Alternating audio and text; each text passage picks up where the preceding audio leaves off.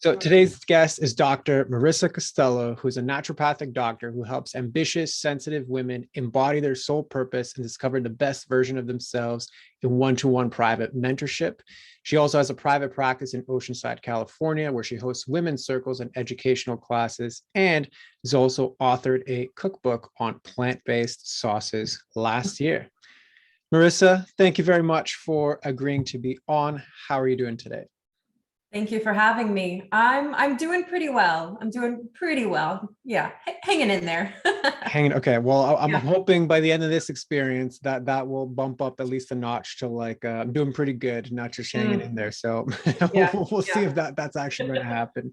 All right. So yeah, I'd love for you then to just dive into, your background and kind of how you got to doing what you do now, and just the story of how that all came to be. Yeah, I mean, I think since childhood, I've came out of the womb pretty highly sensitive and sensing the feelings and the emotions of others, very, very empathic. I think I always wanted to be a healer. I think that was always inside of me, just that urge to help people, really. I got kind of spun around when I was in college, kind of bouncing from degree to degree, like major to major, and I ended up in the School of Business. So I've got this great, like, very spiritual side, but also a very practical side. And I've been able to marry those two into a business. In my schooling, I've had a lot of education, a lot of schooling, went to culinary school, went to medical school after culinary school. I'm a bit of a seeker. I'm a bit of an adrenaline junkie. I like new experiences. And this kind of ties into my problems also. But back to the marrying of the practicality and the spirituality and the healing. Since 2016, I've been in private practice, mainly just a natural medicine practice. I also love helping people go deeper and deeper using tools like hypnotherapy to drop into the subconscious mind, to understand why the body is acting in one way and how it's tied to the emotions or trauma or, many, many deeper things. And in my kind of medicine, we say, treat the cause, treat the root. We're always going to the root. We're not trying to give a prescription, even if it's a natural medicine prescription. I really like to dig deep and go deep with people. More recently, I have made the move into the online space, doing more mentoring, have a part-time practice still. So that brings me to where I am now. I did write a cookbook last year. Kind of have many, many things going on as we speak. And that's confusing to me, and I think confusing to people who I'm speaking to. So without jumping into the therapy portion of this podcast. I live in Oceanside, California. I'm originally from Texas. I have a 16-year-old son. I'm a single parent here in California. I have a puppy, and life is pretty good, but I pressure myself. I put so much strain and pressure on myself that it's causing me some distress right now. Got it. Okay. Well, thank you for giving us just, like the little slice, which even that little slice has so many layers to it as well, right? I think given that, like, one of the things you mentioned multiple times about, like, okay, I like to go deep, and then I don't like to stick to the surface things. I want to go to the root. I think it's super cool when somebody with varied interests also goes super deep on all of those, right? Like it's not like I just dabble in a lot of things. It's like, no, like I know a lot of things about a lot of things, and it's not just 1 inch wide, a mile deep. It's like a mile wide and a mile deep.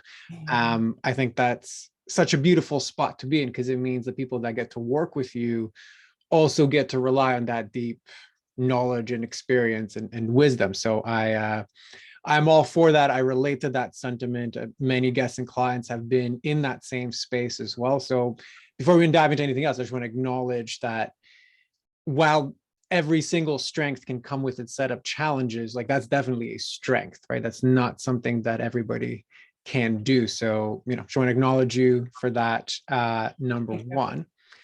And then number two, so I'd love for you then to dive into, you know, what is it that you're currently experiencing as a challenge? I know you mentioned this being one of them, and then there was a few offshoots there. So how would you define what you're experiencing right now? I think I've reached my like glass ceiling. I think I've reached this in the book, the Big Leap by Gay Hendricks, right? I've reached that upper limit. And I am fighting myself right now. I wanna flee. I wanna go travel. I wanna go drive to Joshua Tree and like have a mini retreat. And I know what I really need to do is like dig deep. I need to stay rooted, stay grounded, and work through this kind of upper limit problem that I'm having right now. And it's manifesting physically as well. And I think if I were just to simplify my business and get a little deeper with some of my offerings and kind of clear up any internal confusion as to what I'm doing in this world, I think that would help me. And how would it help you? I get overwhelmed. I get overwhelmed when there's too many balls in the air. I get overwhelmed when there's messages coming at me through text message, phone, email, Instagram, Facebook. I like, it makes me want to shut down completely and do nothing. So it's kind of like this all or nothing. And I need to just find my groove, like in the middle. It just kind of more balanced. So I think simplifying things would help in that way. Got it. So if I reflect back to you, that sentiment of the overwhelm, and I define overwhelm as the focus on all of the things that aren't getting done, what comes up for you?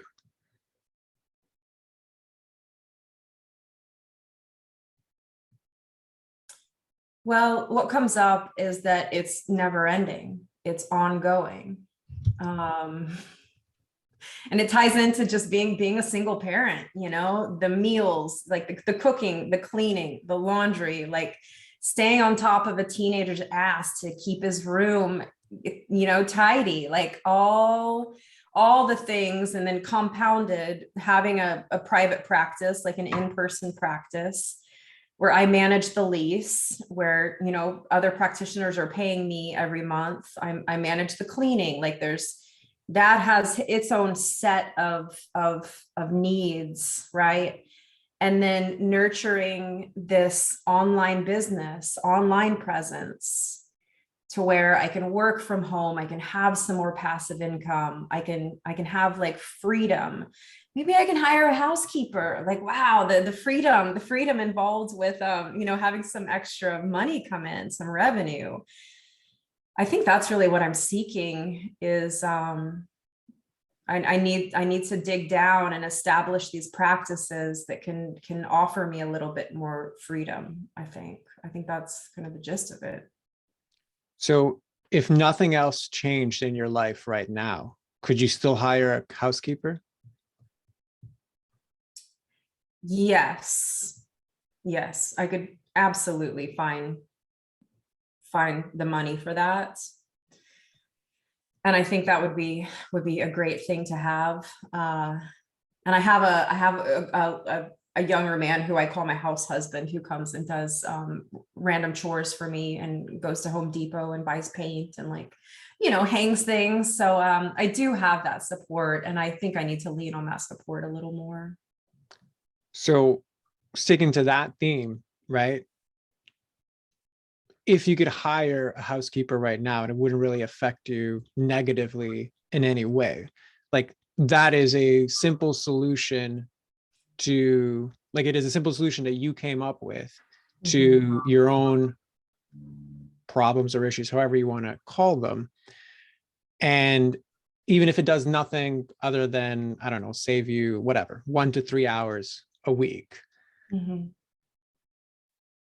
What's the gap between you realizing the solution and actually executing on it?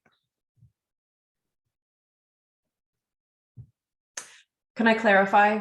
Are you asking like what is getting in the way between me hiring a housekeeper to come once a week, or? So not necessarily, I mean, Okay. sure, but I think going even beyond that, right? Like you Mhm. started this whole thing off as like, I'm overwhelmed, I'm stretched to my capacity. I Yeah. have a, teenage son I have to manage. I have to manage all of this stuff that comes with running a brick and mortar business. I have to manage this online stuff. All I feel like is like I need help. I don't know what the next thing is.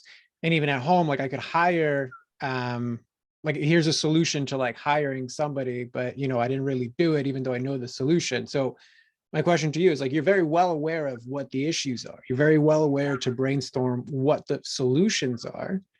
And even though here's a solution that could save you 1 to 3 hours a week, even if all you do is just do self-care for that 1 to 3 hours a week, it has Mhm. zero negative consequences to you financially or whatever, right? But for some reason, I'm not taking the simple solution. So my curiosity is more in what do you Mm, think is the okay. gap in not executing on such a simple, low risk solution?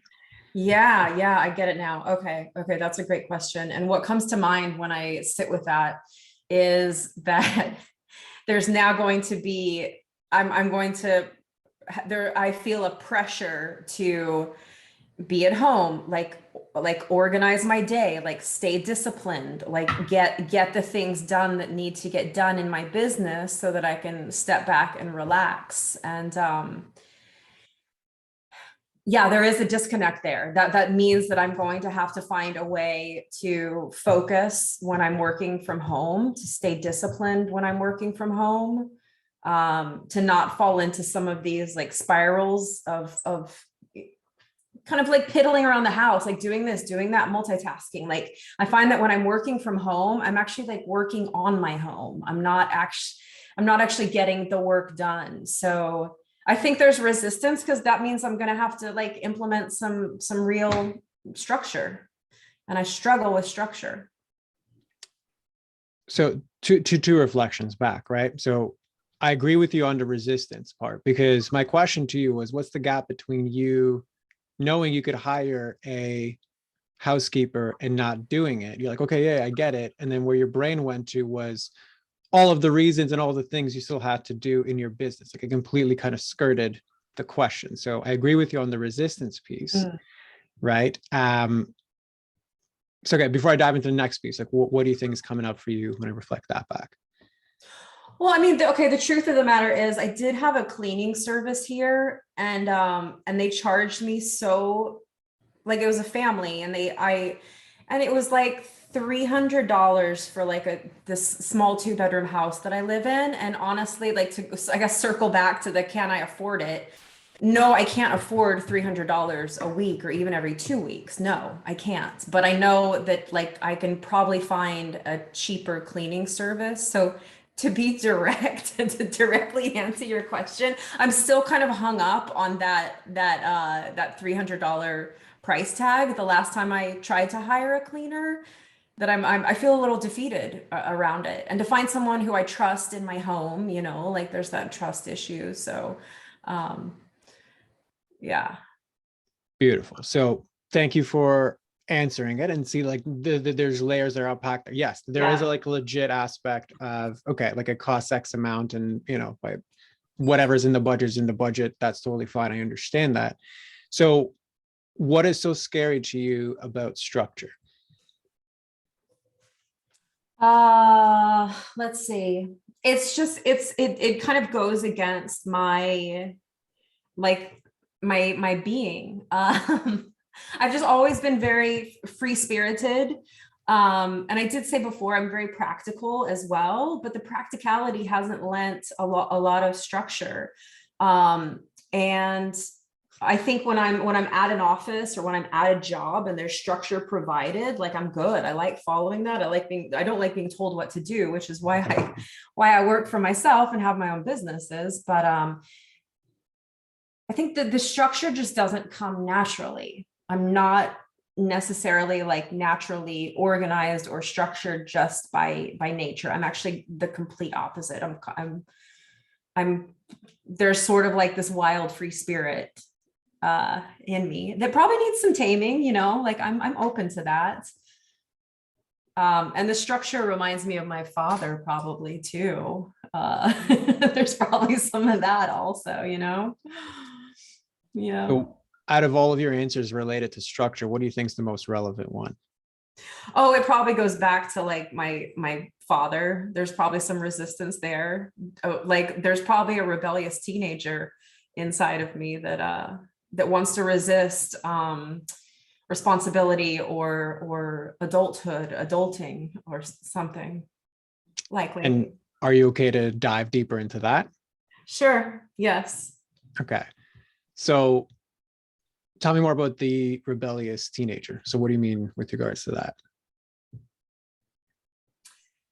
I think so when I did the Landmark Forum, which you probably know about the program, what I identified as like one of my rackets, like one of the voices was like this, you know, the band Rage Against the Machine. It's like this, fuck you, I won't do what you tell me. Like, and I came up against that when I did a 10-day Vipassana, which is a 10-day silent meditation retreat. That was the one who was like, fuck this. I'm sorry if I'm cursing. I probably shouldn't. You can make this as pirate as you want it to be. So by all means, whatever comes up is completely okay. Okay. Yeah. So when I did the Vipassana, when I did the meditation, that was who wanted to quit, was that rebellious teenager. And it was a front. It was a front. This like, this is stupid. I don't want to do this. I'm out of here. Like, this is dumb, this meditation stuff, you know? But like, behind that, what I got was like, no, I'm like self-abandoning. Like I'm set out to do that Vipassana for me, like to learn something and to like dig deeper into my own truth. And there was that rebellious teenager who was like, nah, this is stupid. Like I'm out, you know, but then abandoning my true desire. So I hope that answers your question. So it definitely does in terms of going deeper into it. So when you look at that rebellious teenager part of yourself, what is it ultimately rebelling against?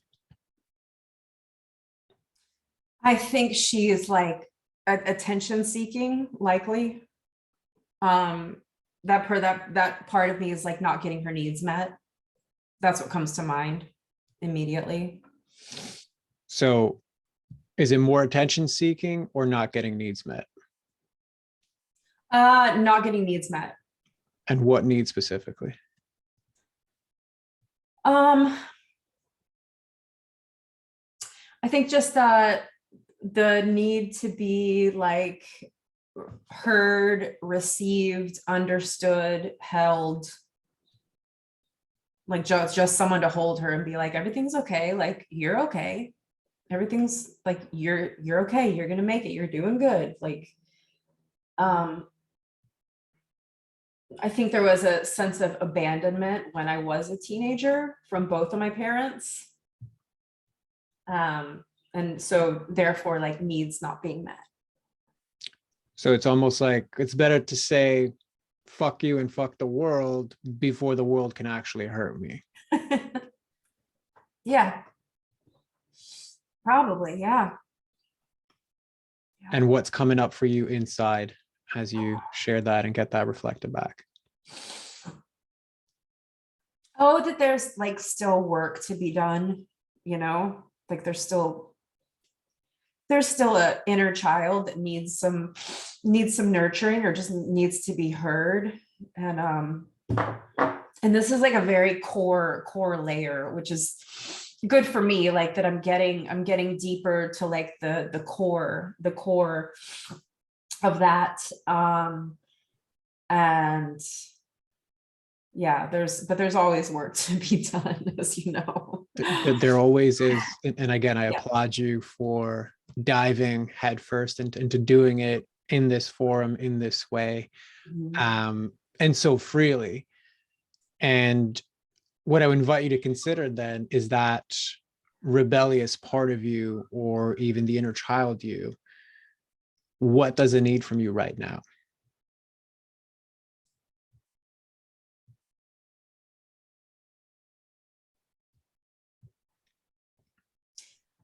There's this feeling of like neglect, like I've been neglecting just myself in general. I've been very outward focused. I felt like I've like lost my connection with my spirituality, with the divine, you know, like I used to have like this very strong like connection and like feeling of support, and I just haven't felt that lately. And uh and I think I need to get quiet. I need to get quiet more. I need to drop into a meditative space and just get quiet, because when you're quiet, you can like listen to those needs that you have. And you know, I'm actually surprised that this teenager, this inner child teenager came out. So this will prompt journaling and exercises to like give her a voice, so that she's not acting out subconsciously, right? Which is exactly what's happening. 100%. And yeah, I definitely invite you to do that, whatever, after this recording, or whenever feels right for you. What I'd love to dive back into, though, is the needs of that part of you, the needs of that teenager self, right? Because you said that part of me is feeling neglected. It needs to have me reconnect to that part of you. It doesn't want to feel abandoned anymore. Would Yeah. it be safe to say that the need it's missing is some type of support? Absolutely. Absolutely. Yeah. Yeah. And also like what comes to mind is fun. Like I haven't been having fun. And I think I could connect and nurture that part of myself just by having more fun and not being so serious all the time, and not so like business focused or like parenting focused. I think bringing a little bit of fun into it will help me access that part of me. So when you like rewind back towards the beginning of this conversation and you talk about your overwhelm, you talk about the housekeeper that could be hired but isn't there, the 10 million different plates that you're spinning, all of the stuff you have to do for your kid, and all Mhm. of the things that need to be done that are stretching your capacity to just be with yourself. Mhm. What is, like, if you had to imagine that chaos had a benefit, what would it be? Oh, it's a distraction. I mean, that's easy. It's a distraction from me being successful, from me like truly shining or like putting myself out in the world. It's a total distraction. I'm well aware of that. And thank you for reminding me. Absolutely. So I agree with you on that. And it's great awareness Yeah. with that, because that's exactly where I was going to take it as well. What I would now invite you to consider is the connection between that upper limit problem and that distraction Mhm. and the rebellious teenager. Do you think there's a connection there? Okay.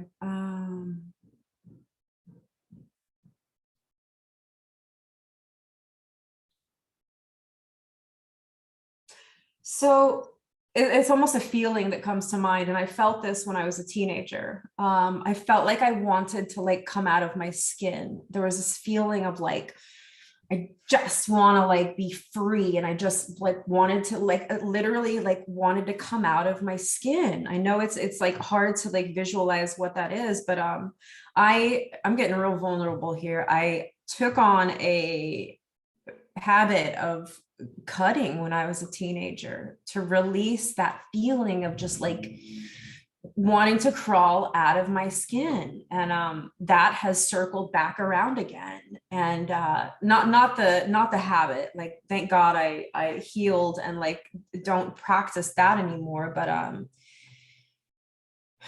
that is the feeling. When you said what is the connection there, it was this like feeling of being trapped almost, is the best way that I can describe it.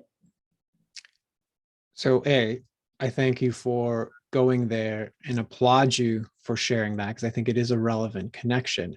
So in that instance, right, where you had this sentiment of doing this to yourself because you felt trapped, ultimately, as much as you didn't like the consequences of that, it was a solution to something. It was just a very poor solution. So what was it solving for?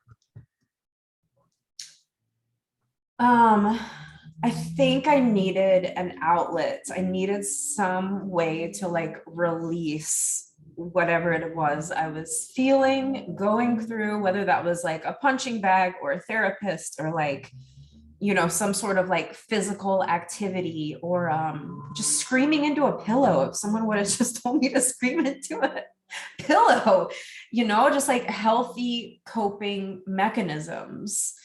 And it's also tied to like my urge to like hop on a plane and go travel, or like drive out to the desert, or like kind of escape. There's this urge to like escape, and I really I'm challenging myself to stay with it, to stay here, to stay home, to stay grounded, dig, like let's look at this. And it's perfect timing that we're doing this right now. Thank you. 100%. You're very welcome, because one of the things you said at the beginning was like, I want to run away from the upper limit problem, right? That there's a part of me that wants to emerge, want to run away from actually facing it. The cutting was running away from this feeling of being trapped, and these other behaviors were that. So it's like, that's fine. That's my pattern. I tend to flee when I'm in that stress response. So it's great awareness. Yeah. The trapped aspect of the cutting. So what was it that you felt trapped by? Like, was it the pressures of having to succeed at school? Was it, the structure that you wanted to rebel against, or it was something else? Oh, it was absolutely the pressure. I mean, I was raised in a household where like you had no other choice than to succeed. Like I didn't have a choice to go to college or not go to college. It was spoken, and it was very well understood that there was no other option. I mean, I skipped a year of high school. I was such a ambitious, high achieving high schooler even, but like look at that pressure. I also had an eating disorder, the pressure to be thin, the pressure to succeed, the pressure to make good grades, just all of the pressure was exactly what I internalized, and with no outlet, absolutely no outlet for it. So you had to create I your own outlet, right? Like the yeah, outlet came from the physical harm and the control I have to yeah, actually do it, or, whatever the narrative was for yes. you. But I think it's extremely telling that the environment through which I developed these patterns, the environment through which I had to learn to cope with, was basically rooted in this sentiment of, not you should succeed, it would be nice for you to succeed, and we hope that you succeed. It's, you have no other choice but to succeed. Okay. What is in front of you right now is the question, the prompting of the world and of your business saying, we are here to succeed. The next step for you is to really succeed in a big way, right? That triggered my upper limit problem, but seemingly it also triggered all of the other traumas. I don't like structure because structure is what I was forced through to school. Yeah, when I do have it, I actually operate well in it. I skipped a grade in school, right? So yes, I understand why you don't like it. I understand why that inner teenager, right, plays Rage Against the machine and says, like, fuck you, can't make me do, what does he want me to do, right? I understand why it's better to stay in chaos, because then I have an excuse for not actually making the business happen. Because if I get successful, it's going to make me go through the same thing I went through before when I did implement the structure, right? Because what's emerging for you right now, it seems to me with all the overwhelm, is like you are being asked to create the structure in your business to give you the support and the space you need to be creative so that you can go to the next stage of your business. So, there's no parent creating that structure for you. You are asked to create the structure for you. The thing that wounded you the most, you are now being asked to create it so that you can go to the next level of your business. And if you succeed in that, will I go back to hurting myself again? Will I go back to a pattern that I don't like? Will I go back to having all of this crash because it's such a big, ominous thing that I had to go through to even get to here, right? So of course that inner teenager is going to come out and be like, no, like, fuck this. Like, I don't want to go down here. Make some chaos in your life so we stay exactly where we're at. Like, it's better to be tired, exhausted, and in chaos than it is to succeed and have to go back to this wounding.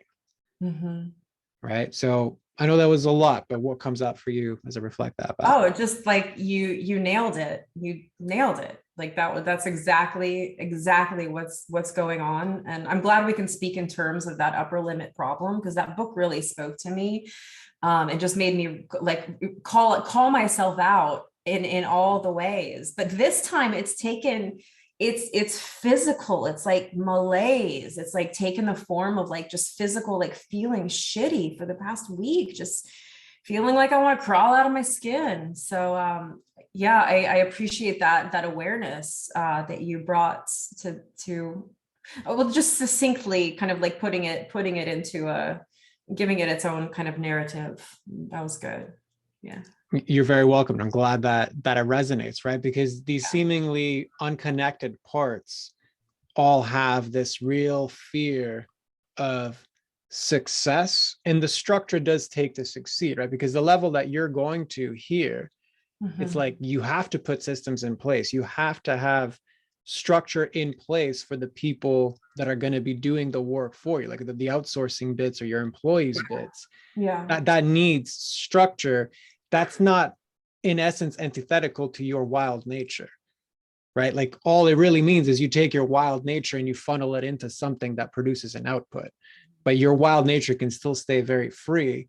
In this instance, you're living the distortion of your wildness. You're living the let's create chaos so I can cover a lot of distance but not go anywhere, right? Like if I'm trying to go from A to B, all I keep doing is circling around A. At the end of the day, I'm exhausted. I've covered a lot of distance, but I'm no closer to actually getting to B, right? So it's this sentiment of like, and if anybody follows Nick Peterson, I've mentioned him on the podcast before, but he has this sentiment of like, are we doing more or are we moving closer to what we want? Right? So your default to create that false sense of safety is I'm just going to add more to my life. I'll clean for 3 hours as opposed to spend $300 to just get it done, right? Because that's just more work. I got to do more of the business stuff. I got to, be more in my son's like homework and see like what is he doing, etc. Right? It's adding more does not take you closer to what you want. And in your instance, you might have a clear idea of what it is that you want, but there's a lot of fear surrounded about actually taking the steps to go there. Right. So again, what comes out for you as I reflect that back? Well, I don't like to sit in my problems too long. I move pretty fast. I'm kind of fiery like that. So immediately I'm thinking, okay, what can I do to shift this? What can I do to tell a new story? How can I reframe this? Like I'm just thinking like, okay, what steps can I take to make this better? 100%. I think that's conducive to like your history and the work that you have done, that's like okay, I noticed where I'm in victim. I'm going to go right away into something better. So, kudos to you for that. My only comment to that or reflection back is like, I think the reframing aspect is certainly going to be one, and the thought hygiene to tell a better story and to do that consistently, 100%. That's a big component of what's in front of you. But I think there's also going to be a big somatic component to all of this as well, right? Like your reactions to retelling the story and even, kind of retelling to how did you get to here, like we're very visceral, right? Yeah, Like for it's sure. it's very much, there's a deep seated, like neurologically based fear Mhm. response here towards success, the structure and the steps you're going to need to take to get it. So it'll be a combination of both, to actually move yourself into like a body that can hold the success that you're looking for. Totally. Thank you for that reminder. It is a somatic experience. Totally. The nervous system, all of it. Yeah. Yeah. 100%. So, well, there's only so much we can do in a container like this. Yeah. So I just want to make sure from your end, as far as, did the container of this podcast, does this feel complete for you, or is there still something left outstanding? No, this feels complete, and we're ending at 11:11 a.m. Yes. My favorite numbers. There you Thank go. That's a you. good sign to end on. So yeah, if you can then just summarize in your own words, how are you kind of coming into this process, and then what were your highlights or takeaways going through it? Honestly, like I woke up this morning and eventually just got myself into a really bad mental state and was on the verge of tears, and kind of pulled it together to show up with you here today, because I'm really in it right now. I'm like in the midst of this upper limit problem that we touched on. And I just thank you for holding such a beautiful, supportive space. And I feel like some of that burden has been let down, just vocalizing it and just digging a little deeper, and just coming to bringing that awareness to it, and just seeing it for what it is. I don't think there's anything like mysterious or hidden in my situation. I'm very aware of what's going on. And so hopefully that will help me, take the steps and do the things I need to do to expand into that success, right? 100%. So very nicely summarized. So thank you very much for that. And then you can close us off by just letting everybody know where they can find you and who's the best person to find you. Yeah, so I'm pretty active on Instagram. I'm the Spirited Doctor on Instagram. I'm also getting back onto Facebook. You can find me there on Facebook, all the channels, LinkedIn, or just reach out on my website. I've got a monthly newsletter that's pretty juicy and yummy. And if you're in Oceanside or North County, San Diego, I have a private practice. Where I do men's and women's hormones. I do B12 injections, and I also do pretty cool healing experiences for people where we go deep. So a lot to offer in that realm. Beautiful. Well, we'll definitely include those in all of the show notes. Marissa, thank you very much for coming on. And yeah, to everybody else listening, we'll see you on the next one.